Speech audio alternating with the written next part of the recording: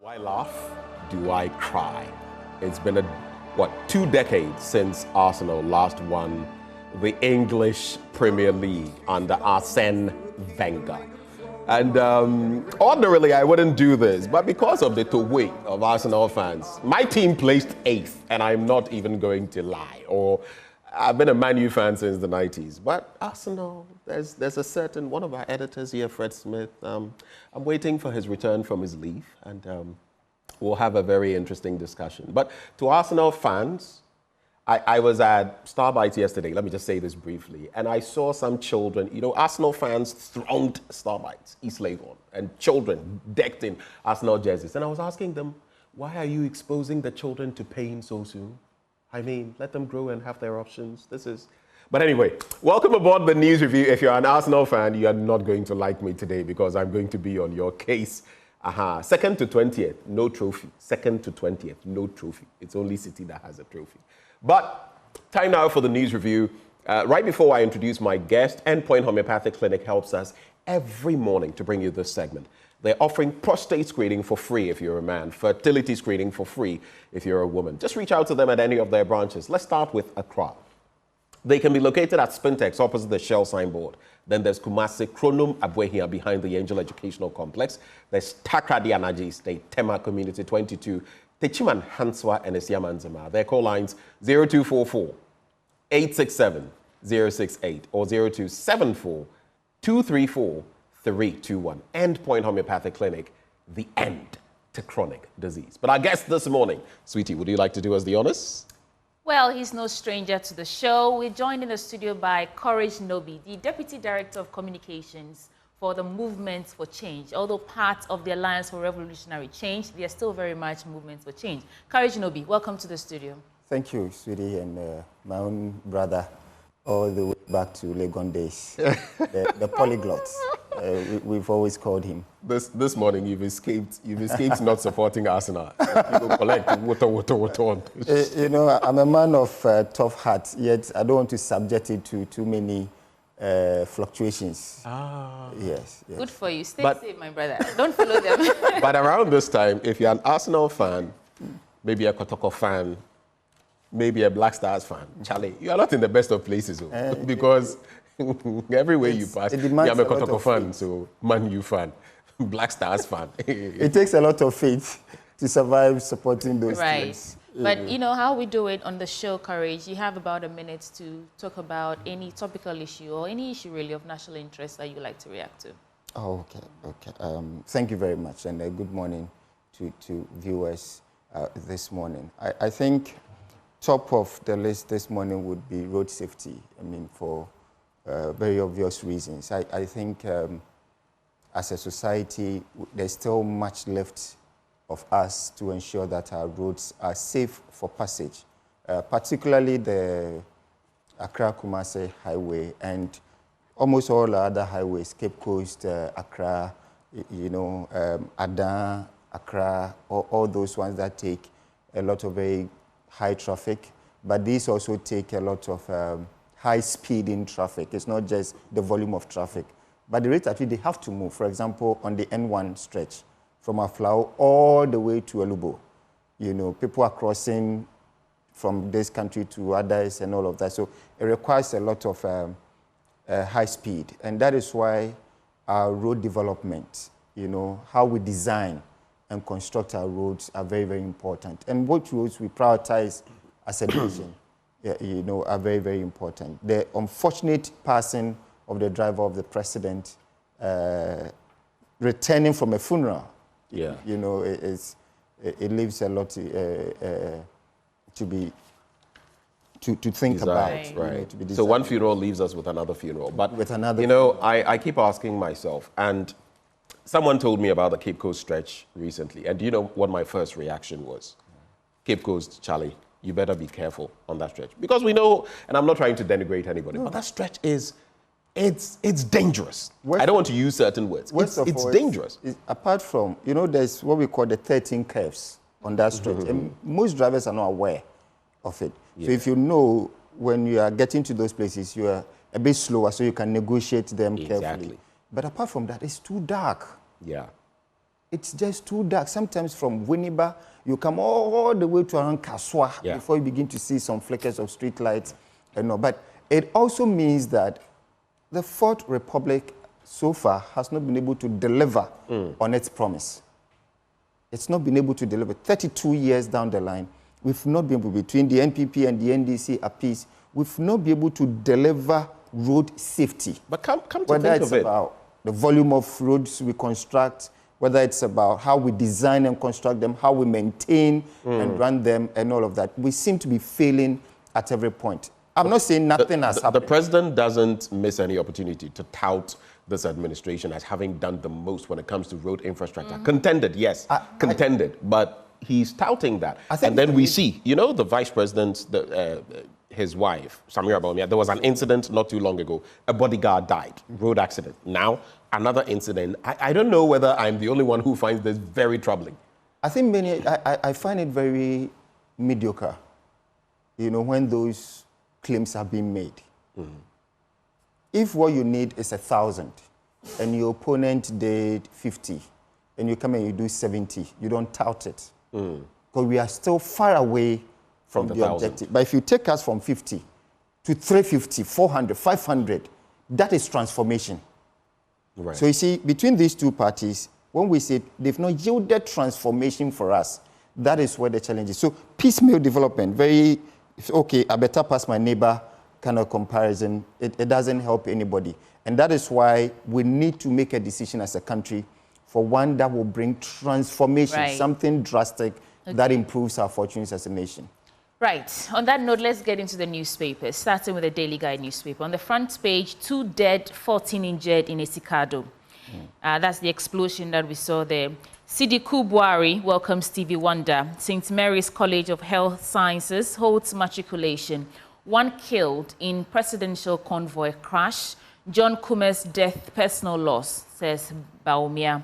Let's get into the paper now and see what stories we'll get into, starting with MPs approve $150 million Garrett loan. Now, I think that parliamentary recall has been put to some use.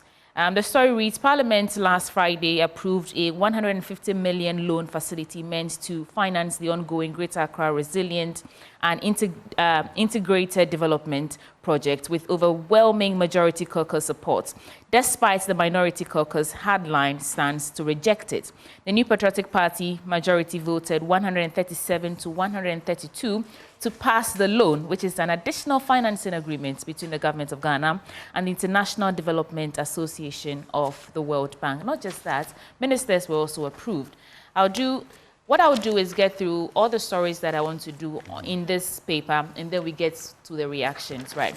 So 2 dead, 14 injured in a Esikado explosion. 2 people have lost their lives following a premix fuel explosion at Injireshia, a fishing community in Esikado Ketan constituency of the Western region.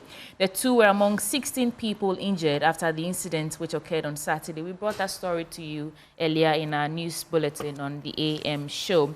John Kumah's death, personal loss to Bawumia. I think that is what he said during his funeral over the weekend. Defamation rights on disclaimers. That's an editorial. Harmony in diversity. Dr. Bawumia's stance of unity. DR Congo Army says it has thwarted attempted coup.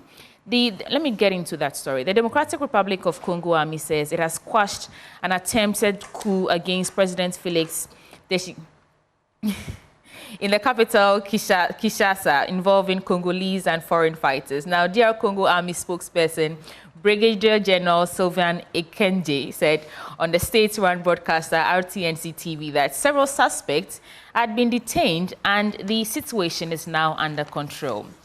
I'll do one more story.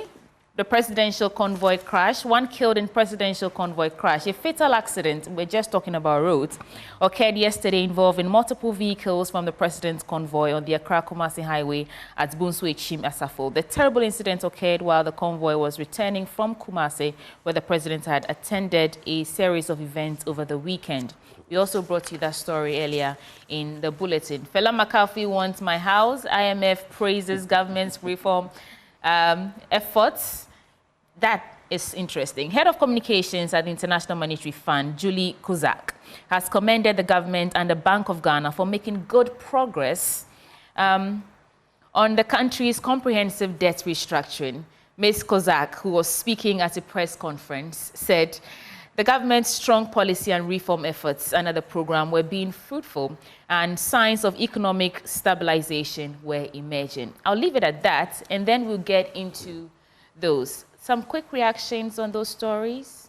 Courage? Is there for me? Why did you say? Yes, because yet again, it's another loan.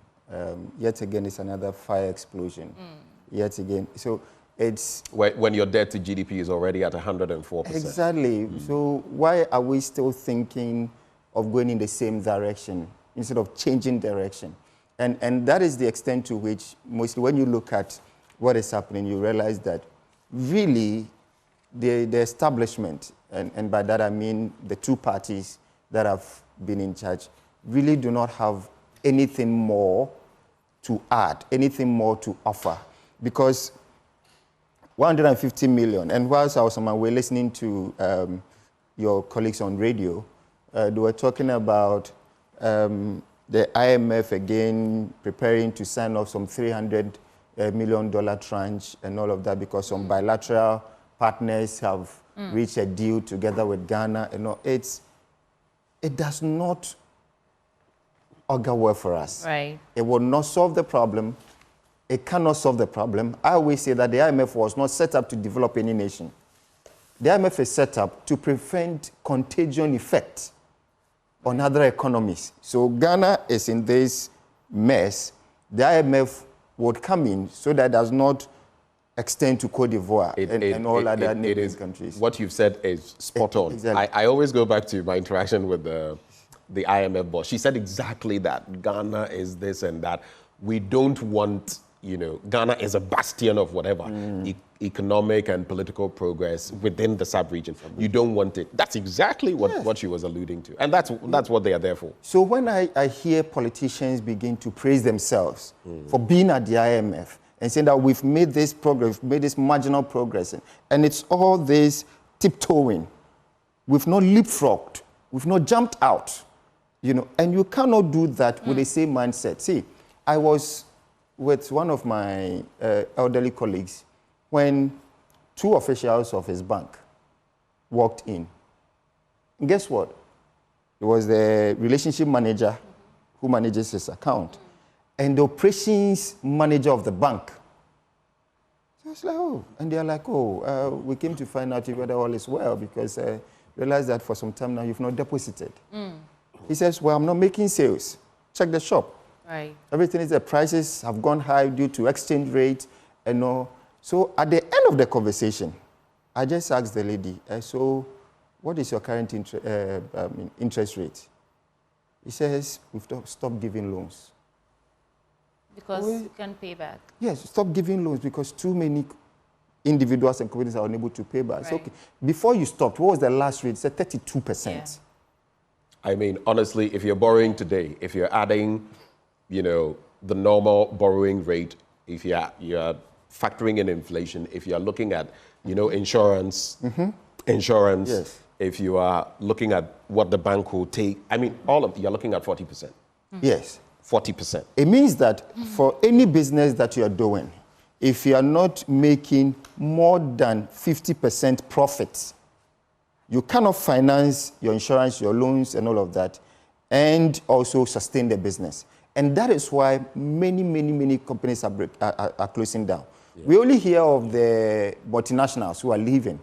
There are a lot of local... As for the locals, you don't need to. You know, why we talk about the multinationals is because they are big. We all know them. But as for the locals, I mean, it's not... I personally know so many that have gone under. Interestingly, it is the SME sector that sustains the economy. And there are those who are suffering. There are those who are losing out, who are closing out. Check most places that were occupied by retailers. A lot of the most popular signage now is for sale, for rent. Yeah. For sale for rent. Yeah. And when you check The malls are empty. Yes, this place was occupied. What happened? I mean, even go to Cantamanto, scan of all places. the area, and you will see that things are not the same. So what? But I have two quick things for you. Yes, so debt to GDP hovering where it is. If you look at the top 10 in terms of indebtedness to the IMF, yes, 5 African countries are in there. Ghana is number 4 on that list. I believe it's Egypt, Angola, then is it Kenya, Ghana, and then Cote d'Ivoire, right? Our indebtedness. But if you look at how small we are, our economy and everything else. But I'm curious. You are saying all of these things now, right? But not a long while ago, you were in bed with the MPP. Is it only that when you come out, then you see the truth, or when you're in there, you're my friend, but you know me, I'll speak. Yeah, what happens? That's my bit to you. Yeah, I think one of the reasons why I left the NPP is because they no longer appreciate the truth. When you're a truth speaker within their fold, you're a threat. And for a long time, I mean, for me, you can ask them, reach out to them. I've been very consistent in my position. I started talking about some of these things as far back as 2019. I said the fact that John Kumah could talk about corruption means we are failing. By 2019, he could boldly make statements about corruption. It only means that he's checked it and said, no, these guys have either equaled my record or they're beating it. So now I can talk. You know, you check the indices. We're spending a lot of money on programs that were not necessarily creating jobs, like NAPCO and all of that. And I said, no, that is not the way to go, because you need to create jobs. You can employ, but not create jobs. So, okay, you've taken 10,000 to the police service. You've employed, but have you created jobs? No. So it means that the number of jobs available, the opportunities for jobs is still the same. You are just piling up in the sectors that you control. So we've always spoken about this. The Honorable Elijah Martin has always been consistent in saying that let us make businesses grow. And that is why across the country, he championed the creation of 67 business resource centers to support youth enterprises. Because when young people create jobs and they are able to employ 10, 15, 20, and all, that is when your economy begins to expand. And where we are now... That's why you've left the NPP. That's why we've left. Principal reasons. Again, we're running against time. Let's get into the stories of the day. Now, the Ghanaian publisher on the front page, Akufo-Addo calls for ethical journalism. Bawumia's running mate, NPP Blue Queens clergy black woman. Parliament approves new ministers. Let's get into the paper now. Akufo-Addo calls for ethical journalism. So the President Akufo-Addo has issued a call to the media fraternity, urging them to maintain high standards of accuracy, integrity, and ethical journalism. He emphasized that while media support is crucial for thriving, it must be accompanied by a commitment to uphold the profession's ethical norms. He was speaking at the closing ceremony of the African Media Convention in Accra, which drew over 2,000 media professionals, policymakers, and scholars from across the continent. I'll just do headlines now. Bawumia's running mate, NPP Blue Queens clergy black woman. CJ directs special prosecutor to respond to Amidu's petition. My presidency will focus on renewable energy. That is according to Dr. Mahmoud Bawumia. And more. There are more stories in here, so you can pick a copy. On that CJ story. I just smiled. And yes, Atijao, Ajita. Ah, okay. Benjamin. Anyway, courage no be. The government is continuing to fight those who fight corruption. I don't get it. You know. As Mr. Domelevo will say. Yeah, it's not just... If you fight corruption, corruption will fight back. That we've always known, but you don't... Well, it took him to vocalize it. You don't expect it to come from the quarters it's coming from, the Jubilee House. Whether it is Martin Amidu, whether it is Domelovo, all of it comes from the Jubilee House. Why do you think it comes from the Jubilee House? It is a former special prosecutor, curiously, who is petitioning the president. And the president says, I have a timeline of a week. I'm just doing what the law says. I forwarded it to the Chief Justice. Chief Justice also says, relax. Why? Is that not the law? The Chief Justice also says, I have received it. Kisi Ejabin, come and explain yourself to me. The same president is the law. Who has even written to Parliament not to forward the proper human sexuality bill to them, proper family values bill to him. The same president. This same president, whilst there was a case in court against the e-levy, signed it hurriedly. So it's the double there were two instances, not that I necessarily supported, but against G. Mensah, there were issues that were brought to him. What happened to those? Never forwarded. And that's for Akufo. You know, there are things that have happened. We saw that of Madame Charlotte Osei, yes. So when you see it, you know, whenever you see tiki-taka on the football field, you know Barcelona is playing. And that's why we say that all of these things come from the Jubilee House. You know, even the one who went to court against the proper family values bill, my own brother, Richard Sky, you know, when you probe a bit, you know, to the extent that the president was aware even before he went to court, it means the Jubilee House was aware. Was he not on it? Reference to it even before the case was filed. He made reference to it. Was it on the 3rd or the 4th? Yeah. On the 4th. Before, and then on the 5th. That was in the meeting with the diplomatic community. Before it actually appeared in court. So when I hear same president call for standards in journalism, Mr. President, where are your standards? Which standards have you demonstrated? You are the leader of the nation, both spiritually and physically. And so what you do has ripple effects. And now, my own brother, Manas Azuri, and others have really suffered in this same administration. Right. And these are journalists. Where is Anas? When was the last time we saw the exploits of Anas? You know, under this same government. You know, he's being fought everywhere. So I look at the president and the entire government, I look at them, I hear them speak, and nothing in me speaks of trust for them. And it's because of such double standards. And I'm concerned because there are young people who are following the politics and watching, and they are beginning to sink in with them that politics is about dishonesty. And that is dangerous for our society. One little thing I will add, which is becoming a problem. Just yesterday, I was having a conversation with somebody. One thing we have succeeded in doing is making a lot of young people, the Gen Zs and some even outside of it, even some millennials, to think that, you know, honesty doesn't pay. Yeah. Hard work doesn't pay. If you want to get access to money, compromise. Use the shortest ways, fair or foul. Back in the day where you felt, I must study hard, and if I do, I'll be the best student, or I must do this. No. All of those are down the drain. So now you would see the young people.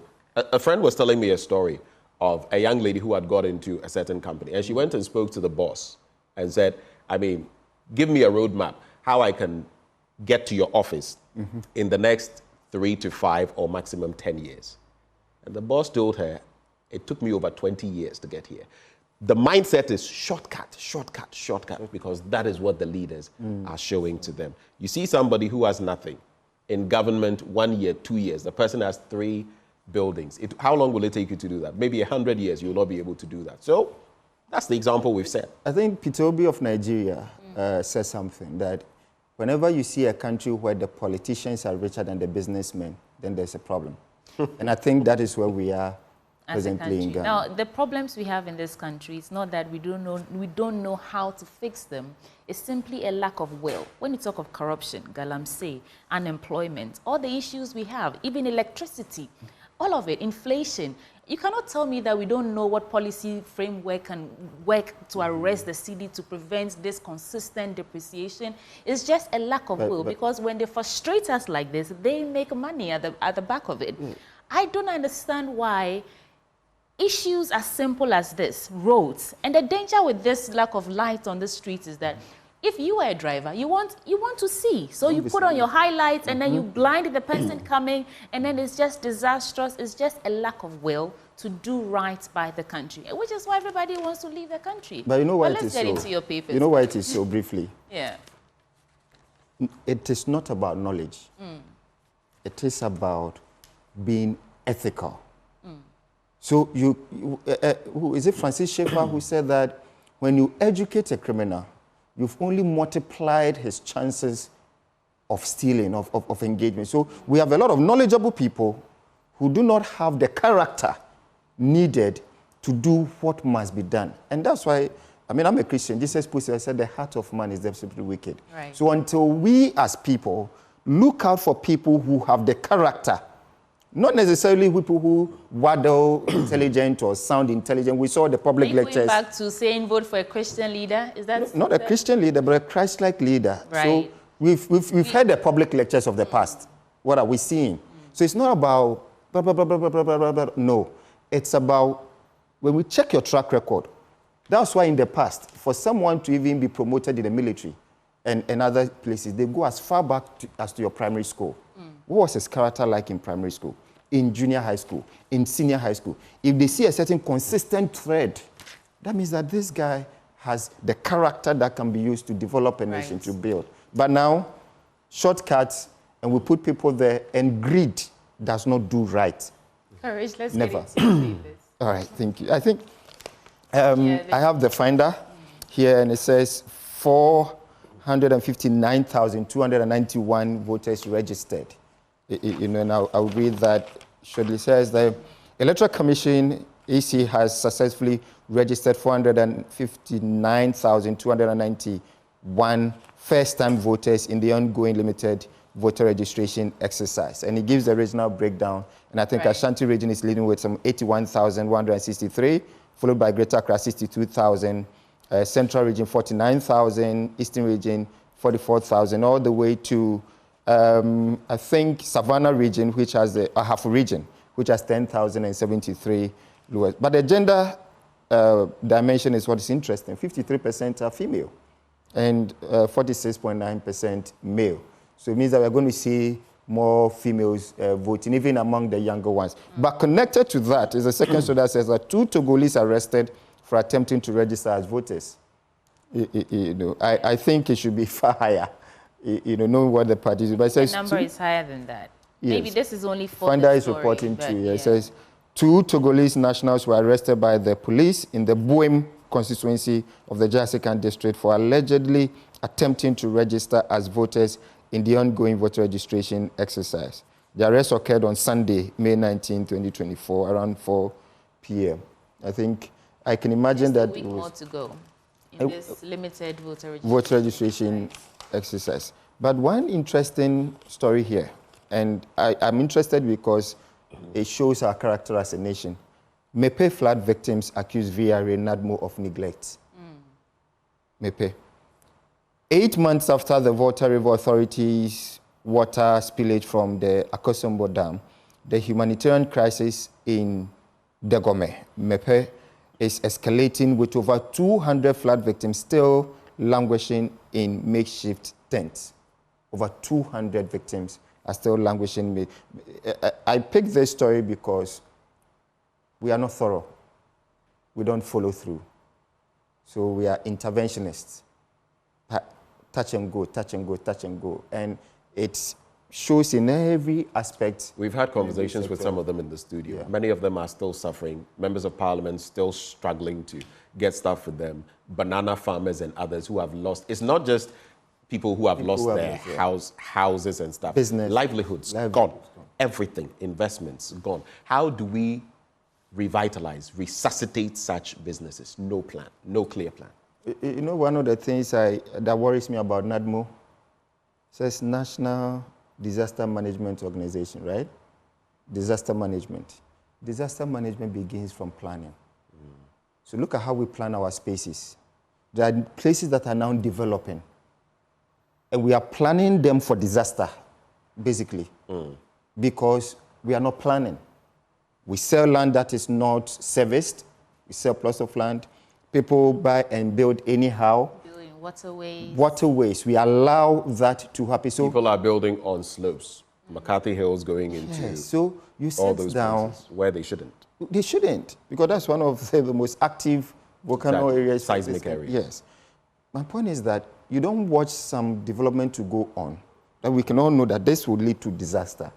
And then when it happens, you now send mattress, bedsheet, buckets, and say you are managing it. But always, the cash is in the procurement. Oh, yes. And that's why sometimes, we are reactionary. Sometimes disaster must happen for somebody to get his... So you are creating the disaster to benefit from it. Yes. That's what it looks like the officialdom is doing. Daily Democrats... We look at Benjamin's papers now. We are pressed for time. Is there a headline you want to do? We will not look at the story. There's a headline. I was joking. It's actually the banner headline. The vice president. Yes, I was joking, but we are on incentivizing churches. We will involve traditional leaders in the granting of mining licenses, President Mahama. Then women and family demonstrate against Nana Agrada. I think Daily Democrat has probably 70% of all that is wrong with our country, on its on its front page. You know, whenever I hear the Vice President talk, you know, I get chills. And I get chills because it's scary. It's scary. When Dr. Bawumia talks, it's scary. It's scary. Why? The things that he says is unthinkable. You would have thought that for someone who is in office, has access to all the information available, he doesn't have the steering wheel. He's not the president. I think he was giving... The president himself has said the buck stops with him. No, but again, that adds to what I was talking about, the dishonesty and all of that, because in one breath, he's the best performing vice president ever. In another breath, he's not in charge. So how did he do what he did? I'm not in charge, so obviously I cannot take credit for anything that is happening, you know. But if I can take credit, that means that I have control. I'm in charge to a certain point and all of that. But you see, public service is very serious business. And so one of the things, particularly that I have learned, even more deeper, working with Honorable Elijah Martin, is being strategic. Being strategic and being thoughtful and mindful at every point in time, every single step.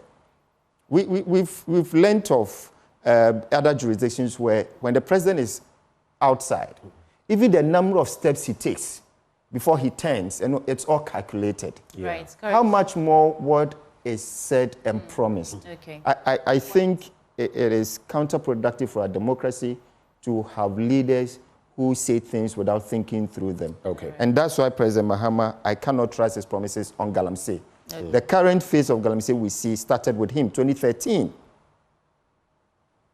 And he did nothing about it. And now he's saying that traditionally, and see, they are not even able to give you bold and truly implementable solutions that will solve the problem. Bold solutions for the future? Oh, no. You can't talk about... I mean, where I realized that this was going nowhere was when we were told I would put my presidency on the line. And we are where we are. Here we are. I guess with the politicians, whenever I am on board with you, whenever our politicians, NDC MPP, talk about Galamsey, I am indifferent to what they say. Yeah. I take it with a pinch of salt because we see what we see under NDC and the MPP. So you can say that, oh, maybe it is worse or better. But like you said, it is not in the worse or the better. It is in eradicating and ensuring that the systems. We've been told that our water bodies, if we stopped Galamsey today, it would take about a century, 100 years for our water bodies. And we're still going on. So what's the business? And now we've moved from maybe Milo to black tea. It's part of the problem with the political parties. You see, most of these people doing this, either party constituency chairmen, party financiers, and that is the problem. So how do you bite the hand that feeds you? Yeah. Right. Yeah. Anyway, let me just wrap with the Daily Graphic. I'll just skim through. 3i Summit records big deals, $100 million for SMEs in Ghana. Bank of Ghana reports on ECD success, ECD. All of that is in there. Then on the back page, Ediana overpower Hearts in Accra, Brekum Chelsea stun Kotoko. Charlie, it's not looking good. Kumasi Asante Kotoko, 10th on the league log after 30 matches. And then Hearts evoke 12th. Nah, something. But let's celebrate those teams. Samatex on top, Nations FT second, Ediana third, Mediama SC fourth, and Swatriman fifth. Became United 6th, Accra Lions 7th. Let's celebrate the little, the new teams that are also making strides. But then, public-private sectors must align for growth, Banaman Abbott says so. Urban air quality project underway. Stories on page 16. On page 17, mitigating impact of heavy rainfall. There are places in this country, we are back in the rainy season. If it rains for 2 minutes, those places will start flooding. But what I'm going to leave you with, before I do a birthday quickly, recently there was that incident where Alan was it in Kumasi? And some would say he gave a bombastic side eye to Chairman Wontumi. Chairman Wontumi was going for, and Alan didn't pass her. Why did Alan do that? I don't know. I think I saw the footage. I wasn't in Kumasi with I saw Alan I saw the footage. I think his one of his security detail for this attention. And when you're on this movement...